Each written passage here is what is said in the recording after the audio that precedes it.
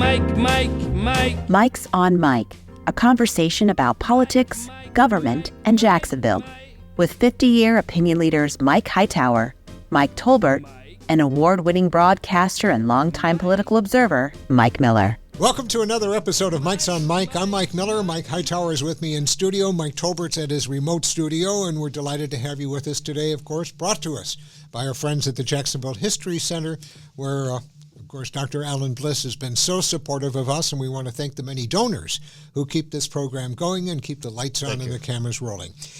Deciding how to introduce today's guest was really very difficult because there was so much to say about her, and to get it all in would actually take an entire podcast on itself. But then I thought that everyone already knows Audrey Moran. After all, she's been making a difference in Jacksonville now for 40 years since she's lived here, and that's why she received recently the Times Union's Eve Lifetime Achievement Award, named from Alnalta Mama Williams, and most recently received the Leadership Jacksonville Frederick Schultz Award for Lifetime Achievement. An attorney and currently a judge, Audrey ran the Sulzbacher Center and was president of Baptist Health Foundation. She chaired the Dolores Barr Weaver Policy Center and is the past chair of the Jacks Chamber and the Downtown Development Authority.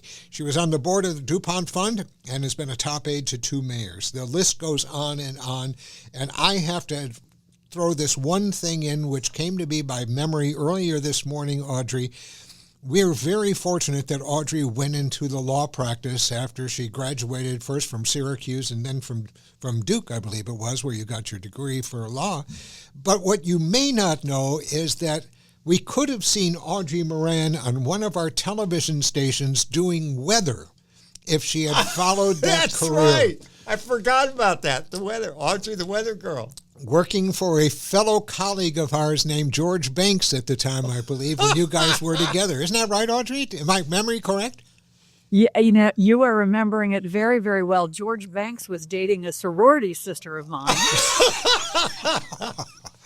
Robbing the cradle, so to speak.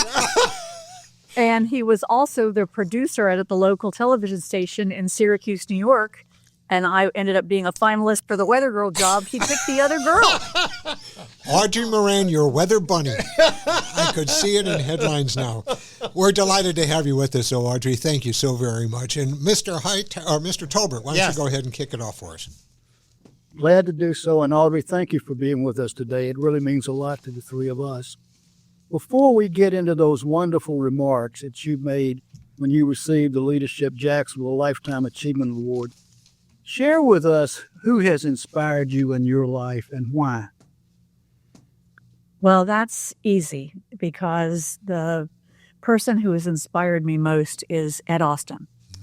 That's a name that's familiar to people of our generation, may not be as familiar to people of younger generations, but he was a true change agent for Jacksonville. He was general counsel for the city. He was state attorney. He was the elected public defender, and then went on to become mayor. And I had a chance to work with him in 2 of his roles, one as an assistant state attorney when he was the state attorney, and then when he was elected mayor, he asked me to come over to the mayor's office with him. To say he was a mentor and an inspiration is simply an understatement, because I've never known a person so committed to what is right, so committed to servant leadership, and so committed to this city. And watching him lead was a masterclass in how to be a leader. And I think about him every day. Our city misses him. And I'm not the only person who feels this way. I know there are scores of young people and older people like myself who count Ed Austin as an inspiration. Thank you for that. Thank you for that. Audrey, as a disclaimer, when Ed was running for mayor, and Audrey, of course, was part of that campaign, Mike and I, Tolbert, had a chance to work with that. And Audrey would remember this, is there were a lot of things going on in that campaign, if you remember correctly, Audrey. And Ed just had this thing that I share with the emerging leaders, was when he said, "You're never wrong if you do the right thing for the right reason." And that was 1991, and I've never forgotten that. And I know that was one of the things I've heard you repeat time after time. Absolutely. He has so many famous quotes and inspirational sayings, but, they came from his heart.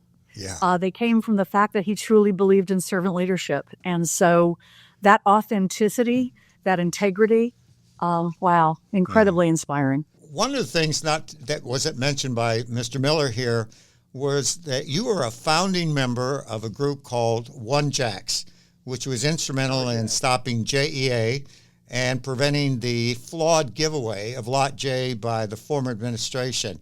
By disclaimer, poor Audrey, Mike Talbert and I were, again, with Audrey on that group. And thinking back, Audrey, as a founding member in that first time when you and I and Talbert and David Miller, Mike Ward got together, we came up with the 4 pillars. And if I remember them correctly, which I want to come back, and why I'm asking you is, and you were in that room having that discussion, if I remember, it was integrity, transparency, accountability, and local government. Audrey, with all the things you had on your plate and all the things that you were helping Mike and I and the team with, what was your motivation for engaging us? And now 4 years later, how do you look back on that group, but what you did and why we did it? How do you view that? Well, it's certainly not a me thing. It's a we thing, because it was a group of us that really decided that the JEA sale was corrupt. And we weren't going to stand for that kind of corruption in our city. And we really believed that if people knew the truth, they would speak up and speak out with us. And it worked. There was a lot of strategy behind what we did, but there was also this deep belief that when citizens have the knowledge they need about what's truly happening, they will activate and they will speak out and they will stand up for what is right. And that's what happened in Jacksonville. It was interesting because it was a little bit of David versus Goliath, because it was just a small group of us trying to say we've got to stop this. But it worked. And it really gave me so much hope in the power of civic activism. It's easy to say, oh, I can't make a difference. Oh, what I do doesn't really matter.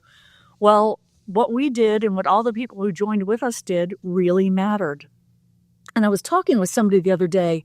One of the things that I think we did that was really, really smart is we lifted up our elected officials who were speaking out against the JEA sale. Right. And, lots of times it can be very lonely when you're an elected official and you're trying to have the courage to speak up and speak out against powerful people, but it can feel very, very lonely. And we decided we were going to bolster that we were going to say, hey, we're right with you. We've got your back. Go, go, go. And applaud these people and say bravo.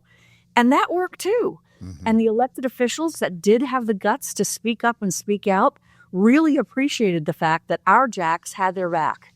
And there's a real lesson in that for issues in the future that our city will face. And there will be issues that we face where it's going to require civic activism.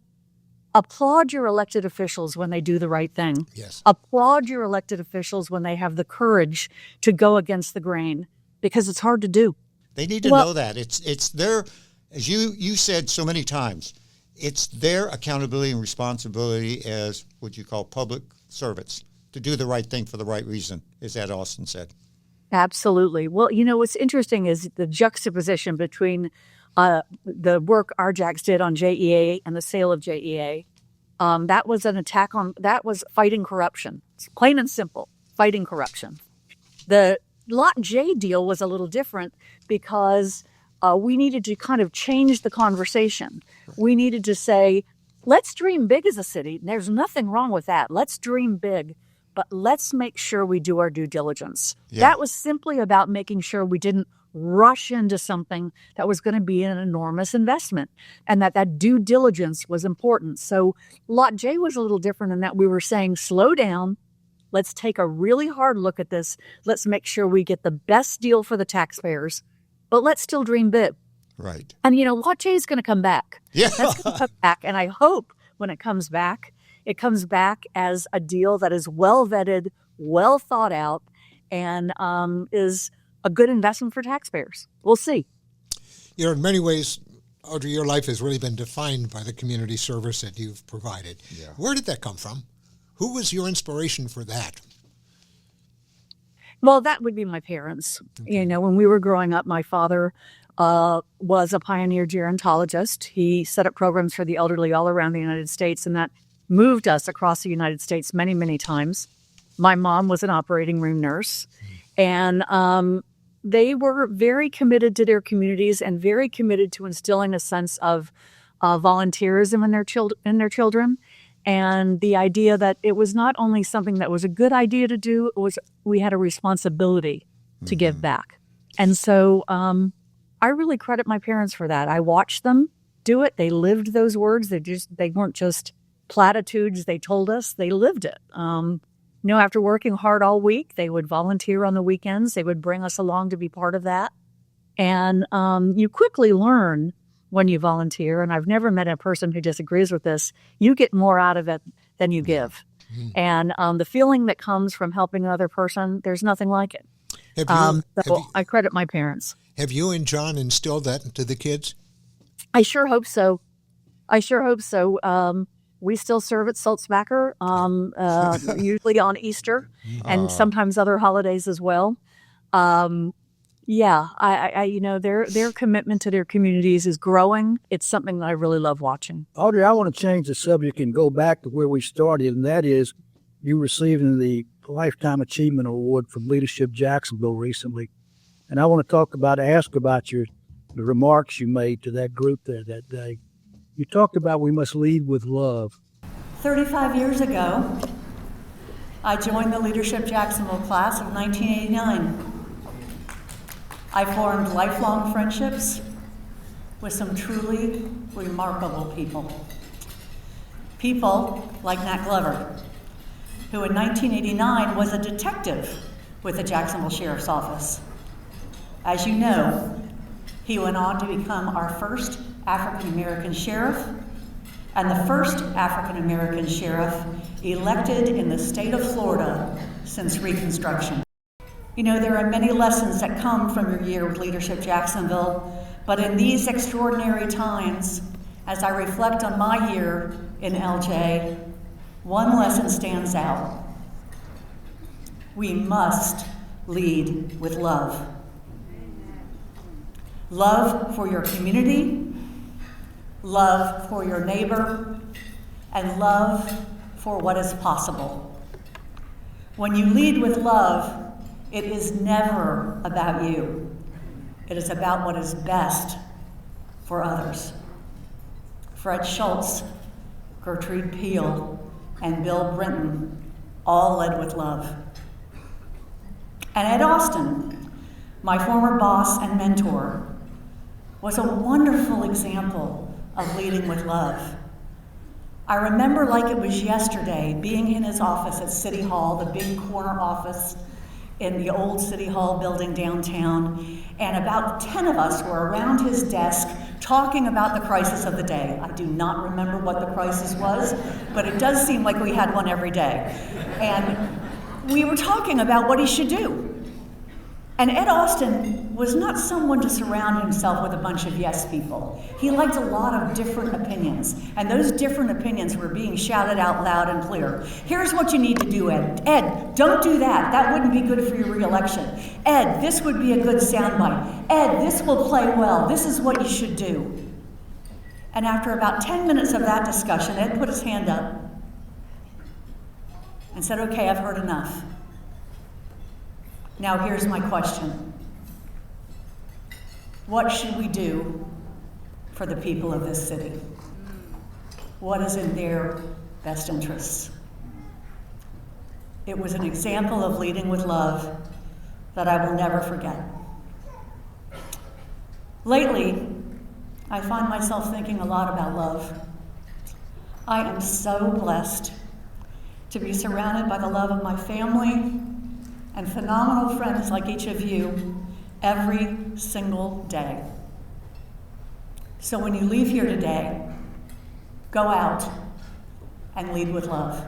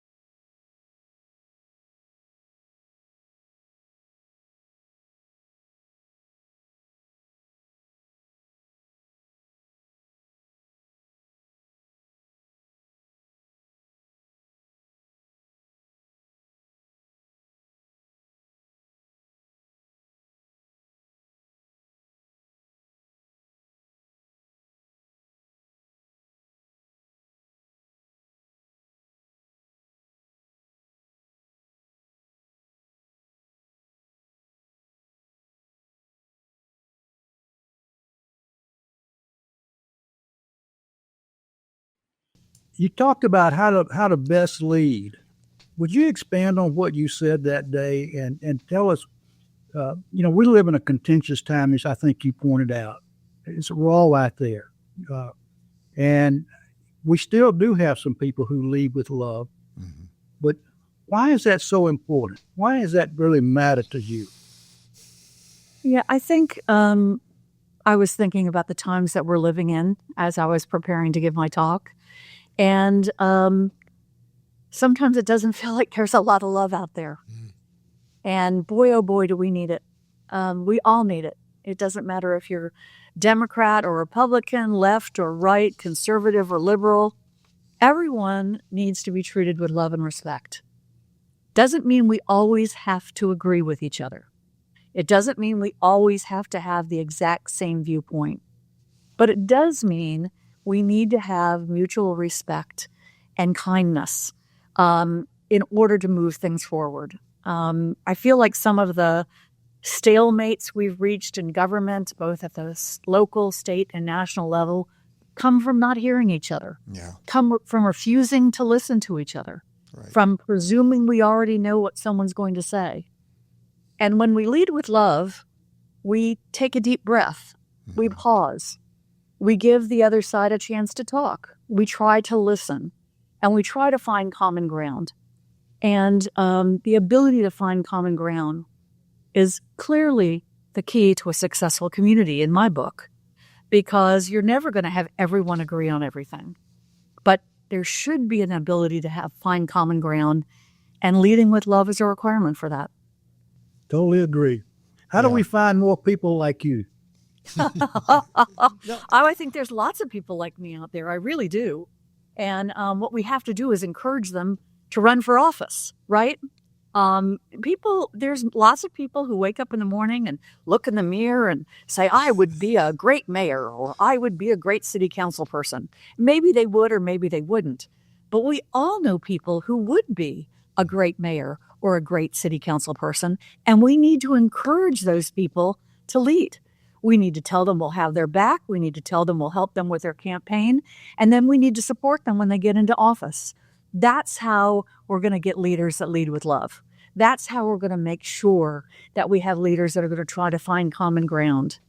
You know, the common ground piece, especially on the local level, is so, so critical. I've thought for a long time and that we really need to stop having partisan local elections. Yes. I think an old Mike Hightower saying is potholes don't have a party, right?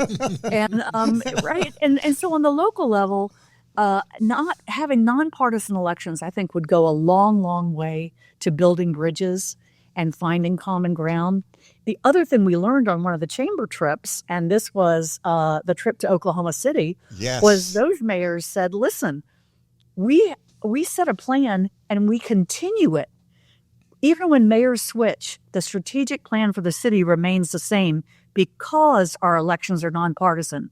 We don't throw out strategic plans just because someone else was mayor when it was put into place. We know it's the people's plan, and so if we want to make headway on it, we have to have consistency, and nonpartisan elections led to that consistency. So, boy, I tell you what, before I die, I'd love to see that happen in Jacksonville. I think it'd be great for our city.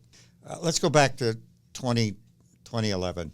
All of us watched from the sidelines your run for mayor. What is your message for somebody who went into the arena, as Teddy Roosevelt said? You know, took the punches, took gut punches, and yet in the 13 years from there, look at all that you have done.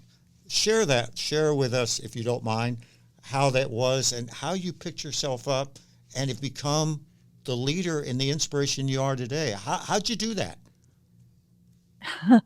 Well, with the love and support of my family and my friends and my colleagues at work, I was just surrounded by people who loved and cared about me, and I was never alone. So that's how you do anything, right, is with the love and support of people who care about you. I'm happy to report that I am so happy that I ran for mayor. I hated that I lost. Losing is terrible. And anyone who tells you that it's not is not telling you the truth. But it is livable. You do survive it. And I when I started the race for mayor, I made a promise to myself that I was going to run a race that I'd be proud of. And that if I could do that I wouldn't have any regrets. And I'm happy to report that I did run a race that I was proud of. Not a perfect race, but a race that I was proud of. And I'm glad I did it. I met people from all over the city that I never would have met otherwise. I got to understand issues facing the city that I didn't fully understand before. And, you use the word platform, Mike, and running for mayor for 20 months flat out, you build a platform. Right. And you have a pulpit.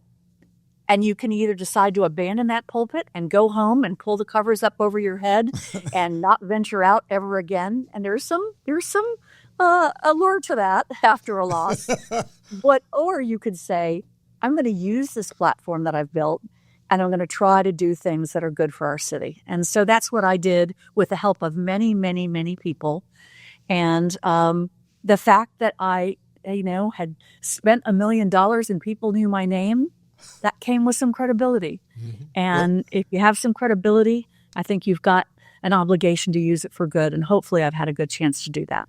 Well, let me just, on 2 points, and I don't want to belabor this, but just picking up on this is just perfect. After that, talked about you picked yourself and you went forward. The two things that you have done for our community. One, you led this community and the business community for the Human Rights Ordinance. I mean, and as you know, we were one of 100 cities that had not done it, and it was through your leadership, tenacity, and let me tell you, for those who may not know Audrey, that is one tough lady, and I was going to use another word, but I'll just leave it at that. It brought people together. But the other thing that Mike Tolbert and I have talked about and watched you is taking on our city council with the referendum and the school board. You just wouldn't, can you really quickly talk about courage and taking on Goliath? You were on the point of both those things, Audrey. So let's talk about the school board and the tax referendum first. That was really, I was part of a legal team that was led by Hank Cox. Scott Cairns was on that. And when I saw Hank was getting involved in that issue, I called him up and I said, I want in. Let me in. Come on. I still have my law license. Let me in. I had just left my position at Baptist Health, and this was a chance to get into the arena. And it was a fight worth fighting. And boy, it's good to be on the side of right, because as people who lived in Jacksonville back then will remember, the city's position was shall meant may. The word shall really meant may. And they didn't have to put it on the school on the ballot on the referendum. Well, we felt very strong in our legal argument that shall didn't mean may, that shall meant shall. Took it to court, and I can remember Judge Wilkerson just being incredulous that anyone could argue that shall meant may. And once we had the judge on our side, it was quick to resolve itself. The tax referendum was placed on the ballot. And we were able to pass sales tax to improve our public schools, which were in desperate need of funding. And so that's when being a lawyer is really fun. And I enjoyed that work very, very, very much. On the Human Rights Ordinance. On the Human Rights Ordinance. So that was, again, getting to use my platform. I decided that was what I was going to focus on as chair of the chamber. Because equality is good for business, equality is good for the community, and I thought it was a sweet spot for the chamber. And a lot of good folks like yourself, Mike, and others joined in, lobbied city council, attended all kinds of meetings. We didn't win the first go-round, but we won the next go-round, and that has changed our city forever. People don't even question the fact that we have a human rights ordinance now. Of course we do. People feel like we've had it forever. We haven't. But it is something that was worth fighting for. Again, having the opportunity to use a platform that was offered to me to help push that through was a lot of work, but I must also say it was a lot of fun. You served as top aides, of course, to Mayor Austin, and as well as John Delaney. In fact, again, transparency. This is how Audrey and I met 13 years ago, as a matter of fact, because I had just started at the JEDC working for Mike Weinstein, and when Weinstein went to take over the Super Bowl, they needed a babysitter, so Audrey came over to take over the JEDC. But only for a very short time. We were only there for a couple of months before all of a sudden Delaney calls and says to Audrey, I just lost my chief of staff. Would you come over? And this fine lady did the finest thing that changed my life, basically, to be honest with you. And that is, I'll be happy to, but I'm bringing Mike Miller with me. And then I was able to go with her over to the mayor's office to be the liaison to city council. So I'm forever grateful for that, Audrey, because you paved the way for me, and there's not a better way I could have gone from broadcasting into public service than with your guidance and your mentorship. So I appreciate that very, very much. You were the right person for the job. I was just so happy you said yes. Tell us what it was like, though, for working with those two guys and how they differed. I know they were good friends. I know they worked together as well before both of them were mayor. But tell us how how the city hall was different between Ed and John. There's a lot of similarities, right? Both people of incredible integrity, right, high ethics, a core of servant leadership. So a lot of similarities between the two, but it was different. I will tell you that Ed never shied away from a fight. He actually enjoyed a good fight and savored it a little bit and would sometimes encourage it along a little bit. And, that was fun. And if you were in a fight, he always had your back. There was no question. If you were in a fight, he had your back. But Ed never shied away from a fight, was not much of a mediator. He would make a stand and stick to it. And so that was kind of his leadership style in that regard. John, on the other hand, lives by the motto of keep your friends close and your enemies closer. Yep. And he was always looking for ways to mediate conflict. And many times that was the right call. But I'll tell you a funny story I was thinking about the other day. He and I were in his car driving to some event. I'm his chief of staff. He's the mayor. And I am just venting because there had been some big blow up with the city council. Somebody hadn't voted the way they'd promised us to. And I was just on fire. And I was laying out what we needed to do, how we needed to go ahead and get retribution on this. Not exactly leading with love, but this is what I was laying out. Tough love, yeah. Tough love. Right, what we needed to do. And John, listen to me. We've got to take action. We've got to show them who's boss. And John listened and looked over and kind of nodded at me and said, Audrey, I just don't think that's the way to go. I think we need to work it out with them. And I looked at him and I had a big sigh and I said, John, I got to tell you, it is incredibly difficult working for Jesus.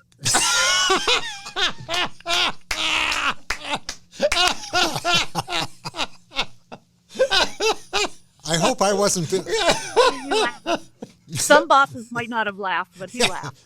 I hope I wasn't the reason there was the mix-up in city council while I was your liaison to the city council. That wasn't my fault, was it? I hope not. There's a follow-up. So. There's got to be a follow-up question. What did he say, knowing since both of you are such great Catholics? What was the response to that? Amen. He actually pulled over to the side of the road. He was laughing so hard. Yeah. I don't know how to follow this, but I too want to reach back into the bag of nostalgia and recall the first time I met you in 1991 in the beginning of the Ed Austin campaign. And Ed had made you his chief scheduler, which in those days, and I guess probably to this day, I always thought was a very, very often overlooked job. And I recall that it bothered me that you were gone a lot, that you left the campaign to go take care of your kids and go do stuff with your kids. And that used to get under my craw. And I think we may have had words about it, I'm sure, at some point. We did. We did. Gosh, do you find that difficult that Talbot would have words? Look, in looking at in reading about your speech to Leadership Jacksonville, I saw that your son was in a video, and one of the things he remarked was the children didn't even know you had them out a job out of the house. You were present so much in their lives. Tell us about family. What's the value of family to you? Why are you like that? The Moran clan. The Moran clan. Yeah, there's nothing more important. I have 4 wonderful children. They're grown, 2 grandchildren. My husband and I have been partners now for 44 years. Wow. I'm the luckiest person I know when it comes to family. And that takes work. It doesn't happen by accident. I had my husband, very hands-on father. That allowed me to have a career as well. And I just am so grateful every single day for the family that I have. The ability to have a family and work also comes from who your boss is, right? And so you all have asked me about Ed Austin and John Delaney. And they were very clear to me when I worked for both of them that family first. Mm-hmm. And if you've got a family commitment, go ahead and make sure you follow through on that. Now, that might mean staying up really late at night to get your work done, or coming in early the next morning, or coming in on a Saturday or a Sunday, or both. But if you need to be at that soccer game, go to it. Mm-hmm. If it's your turn to work the snack bar at the baseball game, follow through on that commitment.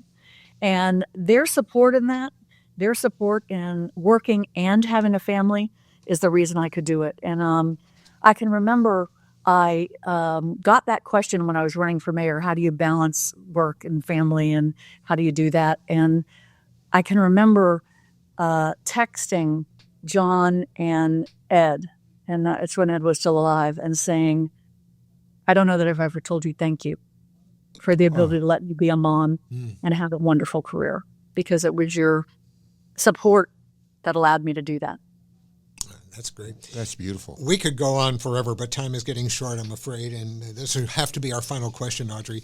Hightower, as you know, in his Emerging Leaders group, you've spoken there a number of times. Unfortunately, 7 times. Unfortunately, he will not let me in to watch what goes on there, though I've begged him time and time again every time they meet.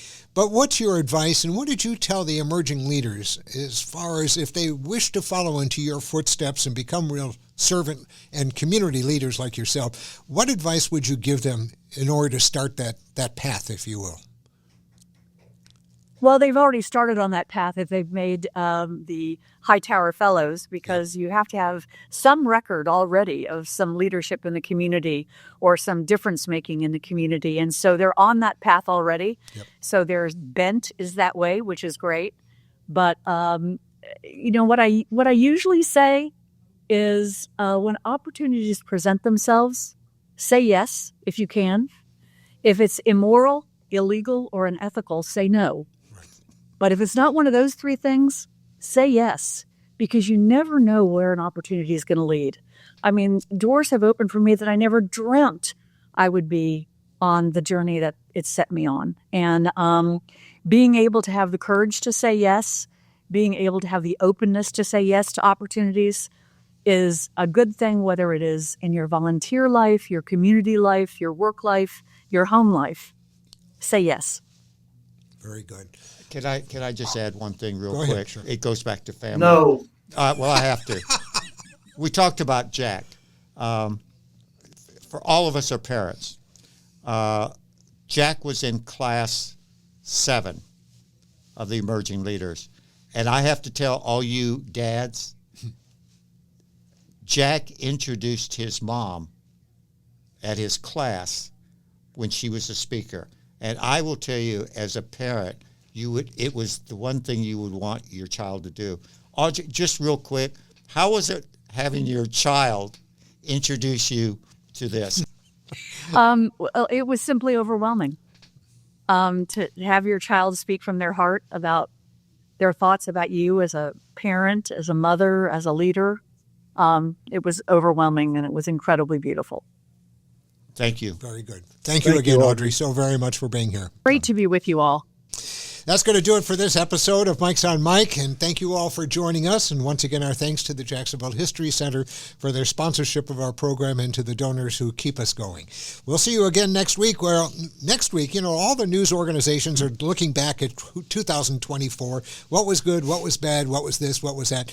Next week, we're going to look ahead to 2025 and talk a little bit about what our observations and our perceptions and our insights are for the coming year. We hope you'll join us. Thanks again for joining us, and you take care, everybody. Have a great holiday and a happy and healthy New Year.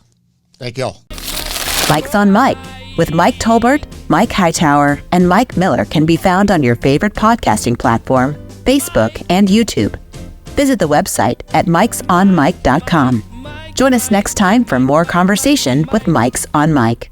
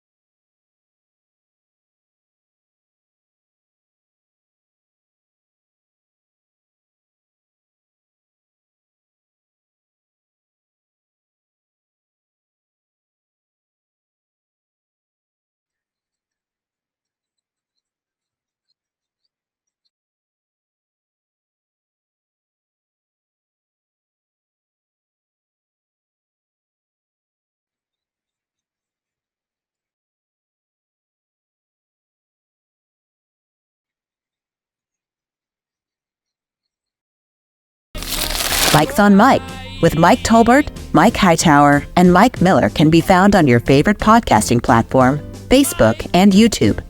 Visit the website at mikesonmike.com. Join us next time for more conversation with Mike's on Mike.